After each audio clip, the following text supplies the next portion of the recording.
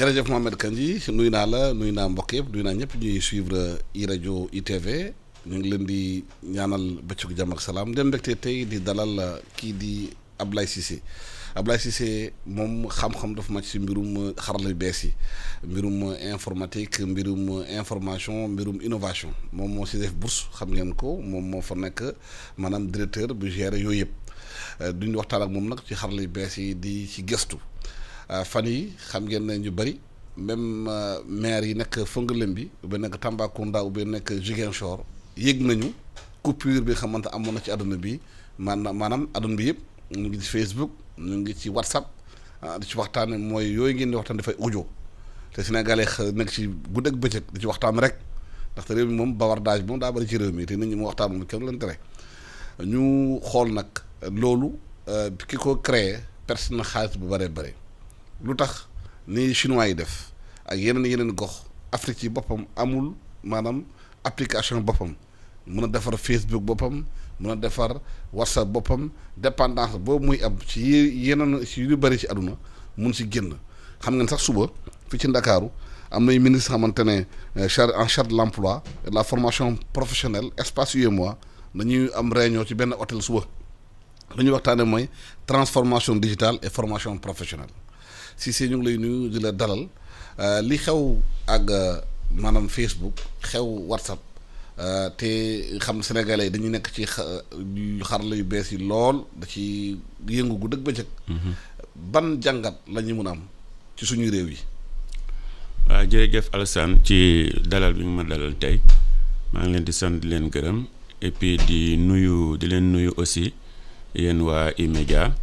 di nuyu aussi ñëpp ñu ñuy déglu tey ak aussi di vraiment ñaan waxtaan bi tey mu nekk loo xam ni dina andil njëriñ képp ku koy déglu ak képp ku koy jot après ci seeni plateforme amiin wax nga dëgg effectivement waxtaan bi tey mooy li tubaab di wax sujet de l'heure maanaam dafa nekk waxtaan boo xam ne dafa jot comme ni ko jamono laajee. parce que comme ni nga ko waxee effectivement am na lu ñu jot a dund je pense ci fan yi passé par rapport ak li nga xam ni mooy Facebook WhatsApp ak mooy groupe yi nga xam ni daal ngóor soof ñu woowee Mark Zuckerberg moo ko moom mu nekk problème boo xamante ni je pense que laal na ñu bëri ci àdduna Sénégal am na sénégalais yu bëri yoo xamante ni à la limite sax dañoo mujjee tonk sax laa mën a wax parce que lu bëri ci li seen activité macha allah ci réseau yooyu lay jaar donc laaj bi tey wax nga ko laaj nga ma ci jàngat boobu nan la ñu mën a ñun xalaatee suñu taxawaay par rapport ak façon xarala yu mel noonu ba nga xamante ni ñun dinañ ci am suñu indépendance.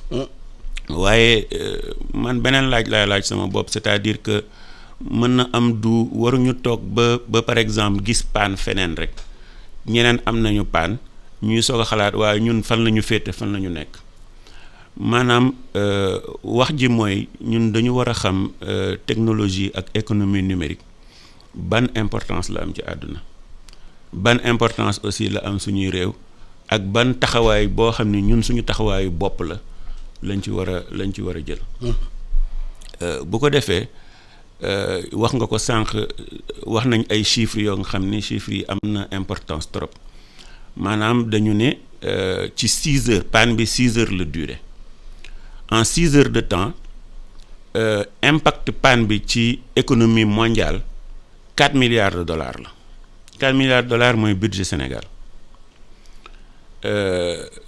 moom ci boppam Mark Zuckerberg ci boppam perte na 7 milliards de dollars donc loolu mu nekk presque 2 fois budget Sénégal ci benn nit donc xam nga loolu mooy impactu maanaam économie numérique maanaam technologie ci économie àdduna léegi gis nga impact bi sax xam nga affaire xaalis rek la ñu wax mais am na yeneen côté yoo nga xamante ni peut-être que moo gën a encore am importance parce que ci li ma lire nee nañu am na ay millions de personnes yoo xam ni profité nañ ci sàcc seeni données xam nga donc données yooyu aussi lu am importance la loo xam ne dañ ci war a tenir compte parce que dafa am beneen richesse bu nekk ci suuf données yooyu nga xamante ni ki nga xamante ni moom moo yore données yooyu di ko manipuler di ko saytu tous les jours kooku moom sax moo lay gën a xam sax sa bopp. donc te xam-xam boobu ngay xam nit ki xam ay activité am moo mën a tax économiquement yow nga koy raw ci ay yu bari donc problème bi mooy ñun ñu xam importance su économie numérique actuellement fu mu toll.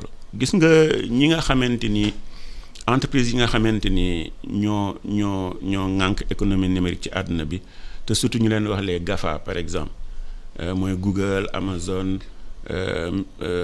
Facebook, Apple nga xamante ni ñooy entreprise yu gën a mag ci numérique boo xoolee ay at ci ginnaaw peut-être ay 10 ans 15 ans ci ginnaaw entreprises yi gën a am importance ci àdduna bi c'était des entreprises industrielles lañ daan doon maanaam ñi def ay oto ñi nekk ci affaire secteur pétrole wala peut-être ay entreprises yi nekk ci secteur pharmacie entreprises yooyu ñoo daan gën a am doole.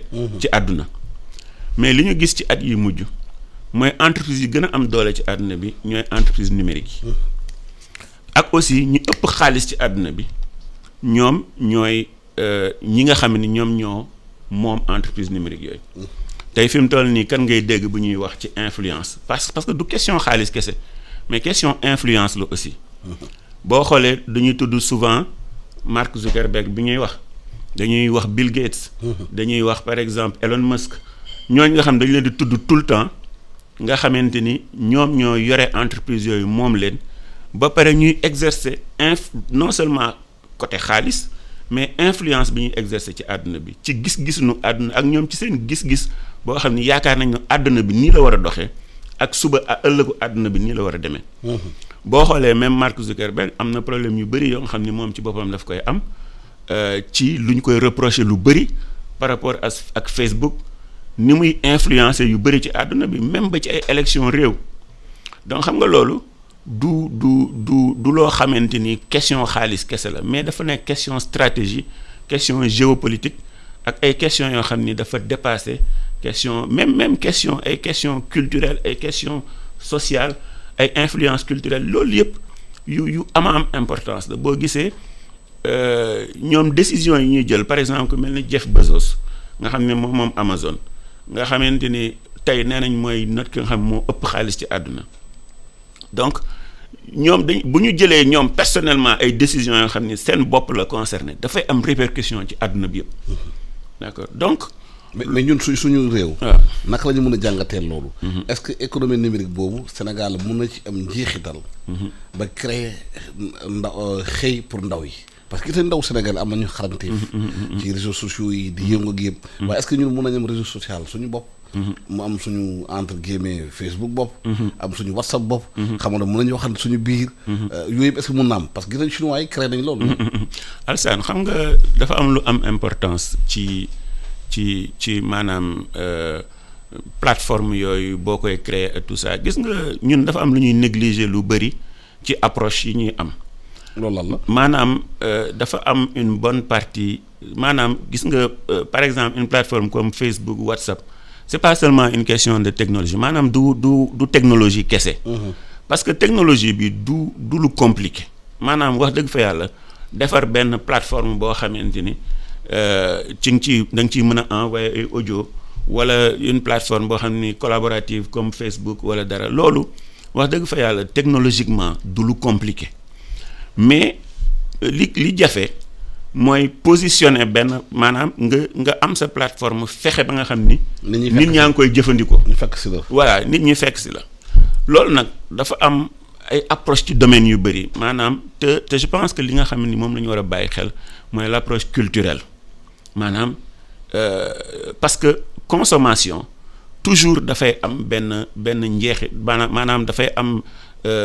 Un soubassement culturel. dafa am lu muy véhiculer. voilà dafa am lu muy yóbbaale. voilà donc aujourd'hui tey par exemple damay jël ci sa question ni nga ko posé maanaam su fekkoon dañu bëgg a defar ñun suñuy plateforme bopp mais am na fi ay expérience ay jeunes yu def ay affaires fii Sénégal loo xam ni mën nañ ko méngale un peu ak WhatsApp un peu ak truc mais pourquoi initiative yooyu du dem.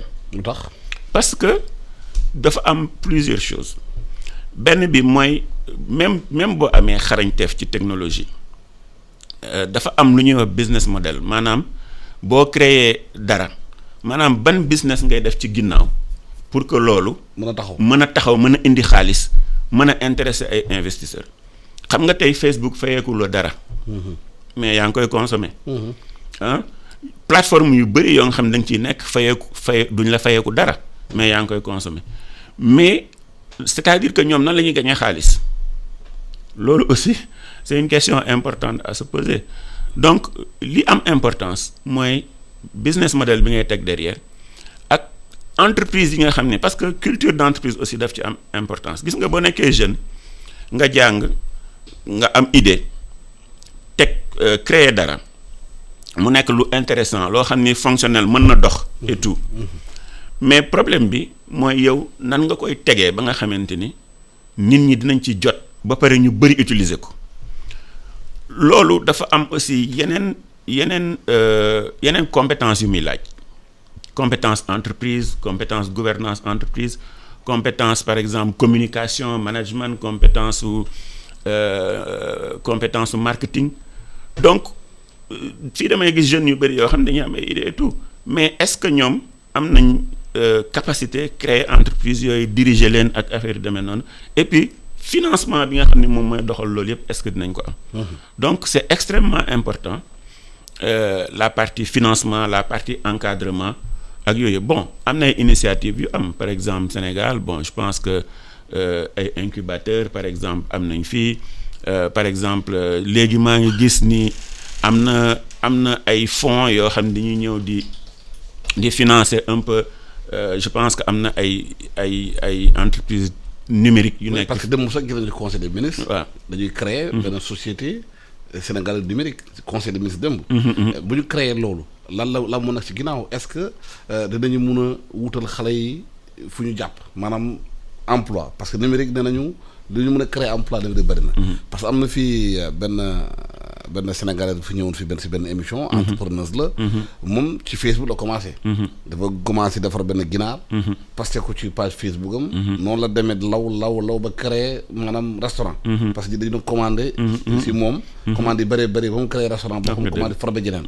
est-ce que yooyu opportunité yooyu. dañ koy gën a ubbil xale yi. tout à fait seen xel. mun ci dem est-ce que Sénégal am na stratégie numérique. claire est-ce que ndaw yi. ci xale tout tànk yi. ci biir école primaire yi. CI CP. maanaam sa maternelle bi dañ lay jàngal numérique bi ñu xam naka lañ ko mën a utiliser. ñu bañ aussi nekk xale xam bu nekk si numérique bi di wut rek. nga xamante safaan wala doon. oui bien sûr bon c'est vrai que formation aussi mooy base tamit te bon man par exemple bon je xam naa ay sociétés yoo xam ni mais souvent yoo xam dañuy jàngal xale yi déjà à très bas âge ñu mën a def codage par exemple am culture technologique boobu je pense que dès le bas âge ci école yi war nañ mën a commencer am culture technologique boobu gis nga comme je veux dire ñun am nañ suñu ndaw yi am nañ aptitude yi am nañ facilité yi pour mën a dem dans le numérique mais est-ce que environnement bi yaa ngi fii pour ñu mun a exploser mun a explorer. waaw mais xam nga environnement d'affaires aussi dafa war a parce que aussi loo mënti teg aussi bu ko nit ñi jëndul tamit. doo jaarle. doo jaarle te tamit. wala nga créer sa plateforme lu mu rafet bu si nit ñi ñëwul aussi donc loolu aussi c'est moo tax ma ne laan aspect culturel bi c'est très important. aspect culturel c'est très important yow tey par exemple bu fekkoon par exemple Sénégal fexe nañ ba nga xam ñi nga xam ñoo fi ay influenceurs ñi nga xam ne am nañ tur am nañ baat di xool jeunes yooyu seen plateforme yi nga xam ne ñoom créé nañ ko ñu accompagner leen ñoom seen bopp ñu dem ubbi fa ay compte dugg ci plateforme yooyu ñu leen fay suivre mën na am dina am benn engouement ba nga xamante ni nit ñi dinañ ñëw au fur et à mesure te loolu ay jéego la yoo xam ne dañ ko war a teg ndànk-ndànk. mais gis nañu Chine par exemple boo nekkee sénégalais boo duggee Chine. doo mën a jot Facebook doo mën a jot WhatsApp doo mën a jot lu bari parce que boo duggul ci plateforme Chine bi. doo ci mën a wax ak kenn. loolu aussi maanaam genre création bu Chine defal boppam la pour protéger non seulement culture waaw mais Alassane xam waaye maam enjeu yi fa nekk. xam nga Chine ils sont presque 1,5 milliard de personnes te puis ñoom politiquement am nañ doole ba nga xamante ni mën nañ ne ñun suñu fii du fi dara dugg xam nga mais est-ce que ñun suñu réew yi am nañ doole wala est-ce que am nañ capacité boobu. mais à l'échelle africaine mënuñ créer. oui à l'échelle africaine évidemment maintenant xam nga loolu peut-être du mën a nekk du jour au lendemain. parce que am na yu bëri yu ñu war a teg d'abord maanaam je veux dire parce que tey gis nañ Facebook ak doole bi mu am panneau 6 heures de temps ak répercussion bi panne bi am est-ce que ñun par exemple pare nañu ci côté infrastructure pour mën a teg loo nga xamante ni dañuy wóor ni par exemple chaque 1 mois du panne par exemple. comprendre donc loolu aussi liggéey la boo xamante ni war nañ ko def mais li ci gën a am importance mooy dafa war a am stratégie ba nga xamante ni dafay am ay étapes yoo xamante ni dañu naan étape bii lii par exemple dañu naan génération fii ak 5 ans war nañ mën a am benn génération ba nga xamante ni dinañu pare pour que liggéey bi ñu soxla dinañ ko mën a def. ñu ni par exemple gis nañ Sénégal commencé nañ am ay data center ak affaire de même ñu ni data center yi par exemple contenu bi lii la war a doon lii la ñu war a favoriser jeunes yi nga xamante ni ñoo ngi ci économie numérique bi voilà ñun offre bi ñu leen di préparer ci biir data center yi parce que fii la plupart des jeunes yi nga xam ni ñoo ngi développer dara la plupart seen application yi c'est hébergé sur des plateformes à l'extérieur.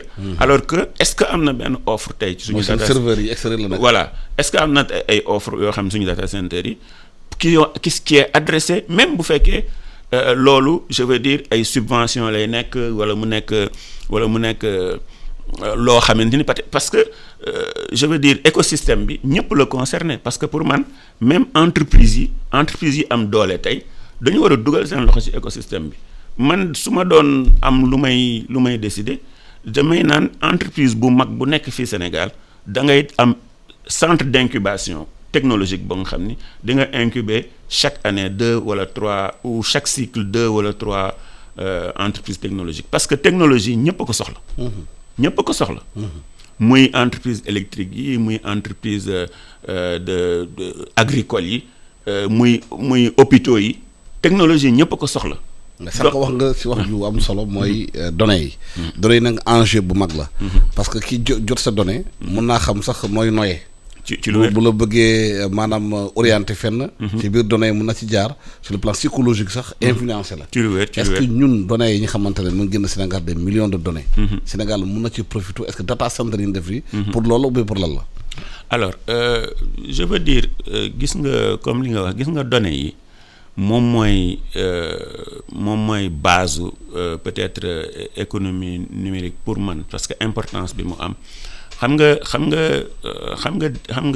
je veux dire li nga xam ni dafay orienter sa décision. wala muy leeral sa décision. lu am importance la damay jox benn exemple bu ndaw bi may ñëw fii man xamoon naa ni Point E ngeen nekk mais xaw moon exactement ci fan. ma génn sama kër ma taal sama GPS ma taalee sama GPS ma tapé E-Media mu defal ma itinéraire mais mu jox ma ñaari yoon xam nga benn yoon bi defal ma estimation 7h01 beneen yoon bi defal ma estimation 7h20 xam nga déjà différence bi. xam nga alors émission bi 7h30 lay commencé. te dina mën a économiser la essence. voilà boo jaaree fa gën a jege. voilà émission bi 7h30 lay commencé donc man dama soxla plus de marge. pour mën a bañ a am pression ak yooyu.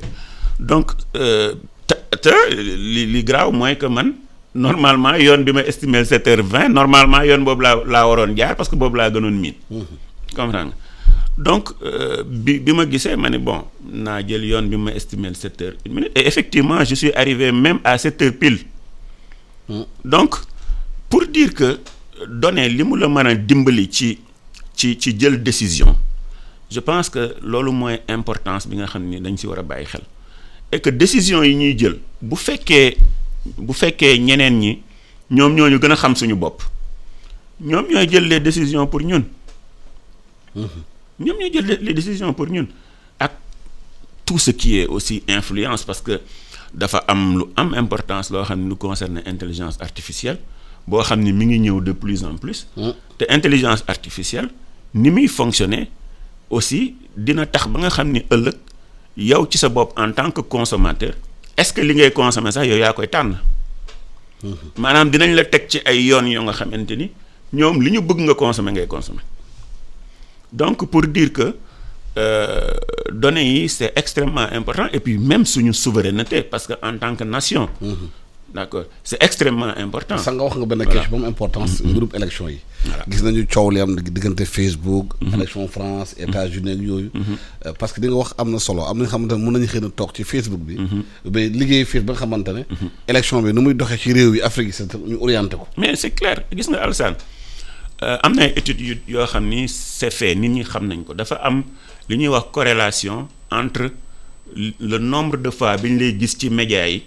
ak sa score ci élection yi loolu c'est très simple tey par exemple Facebook bu bëggoon un monsieur X ou un monsieur Y mu am ay chance ci élection yi mais day fexe ba nga xam ni waa jooju chaque jour ñuy gis ay information nga fës et ça c'est très simple te loolu kii bëgg def élection bi mën naa gis Facebook waxtaan ak moom si ñoom accord ou bien waaw bon man mënuma affirmer ni que waaw bon peut-être je ne sais pas c'est possible je peux pas affirmer que xaw ma xar lay bees yi mën nañu dimbale bien nekk candidat gagner élection tout à fait maintenant dama xamul gouvernance Facebook nu mu demee est-ce que peut-être kenn suñu état yi mën na am accès ci gouvernance Facebook ba fexe ba ñu def nangam ak nangam bon ça loolu moom je ne sais pas mais techniquement c'est très possible techniquement c'est très possible ko yow Facebook jël la ou bien ba nga jël amay nit nekk sa ginnaaw di la génne tous les jours ci Facebook nekk ci réseaux sociaux yi moo di Sénégal na léegi rek ay xale yi nekk ci réseaux sociaux yi saaga bu dëgg bëccëg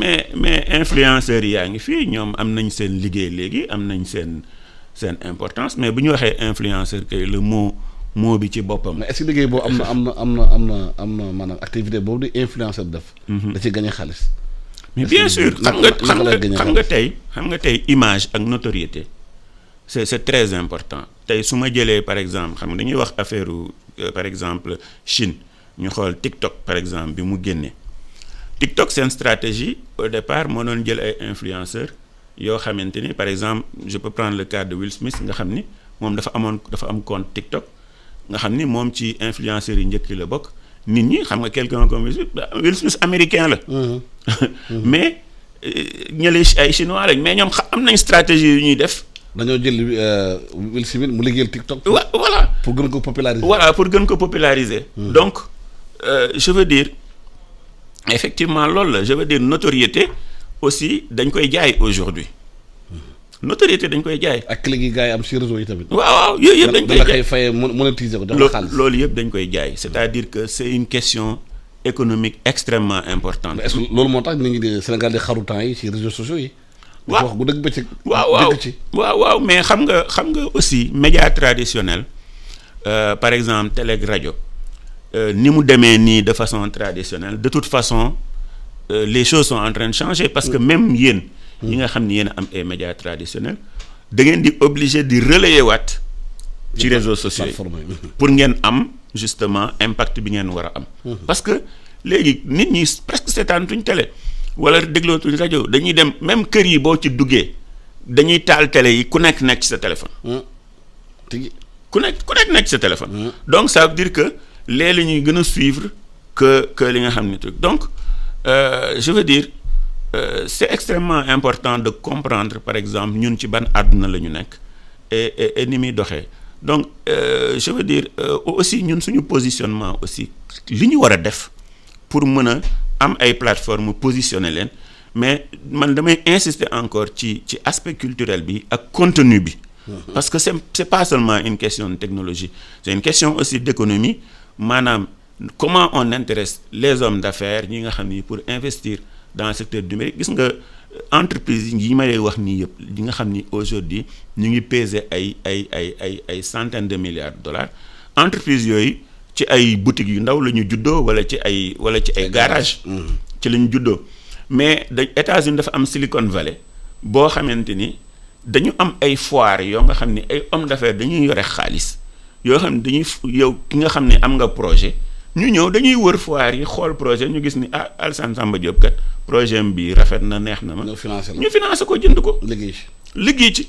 donc vision boobu aussi il faut ñu am ko entreprise yi aussi man je pense qu'il doit pas être en reste affaire bi du état kese. parce que entreprise ci boppam war nañu mën a xam nan la ñuy jëfandikoo numérique. et bu boobaa il faut que ñoom ñu am alliance ak jeunes yi nga xamante ni ñoom ñoo ëpp xarala ci numérique donc man de li may conseiller mooy chaque entreprise bu fekkee mën na ko mu am un incubateur au moins en interne wala muy jël ay jeunes yoo xam ne ci biir ñu am aussi beneen façon xalaat parce que aussi mooy li tubaab di wax disrupteur xam nga da ngay disrupteur mooy ki nga xamante ni. day fekk benn secteur d'activité mu indi ci xalaat bu bees ba nga xam ni. mu accéléré ko. voilà mu accéléré ko wala mu transformé ko donc. Ablaye Cissé suñu joxoon comme temps jeex na. maa ngi lay gërëm di la sant. di fàttali auditeurs yi yow maanaam informaticien nga liggéey ci xarala yu bees yi. xam na muy defee nag ci innovation. li nga wax dafa leer mooy secteur intique yi lu am solo la. war nañ ko bàyyi xel bu baax a baax ci biir entreprise yi ak fépp. ndaxte mun naa créer liggéey bu bëree bëri. waa Ndiaye ni xam nga ne temps yi bu Facebook coupé ak WhatsApp bi. seen wax daa wàññeeku bu bëree bëri. dina gërëm bëccëg jàmm ak salaam. da ko ñaanal auditeurs yëpp ñu ndoog jàmm.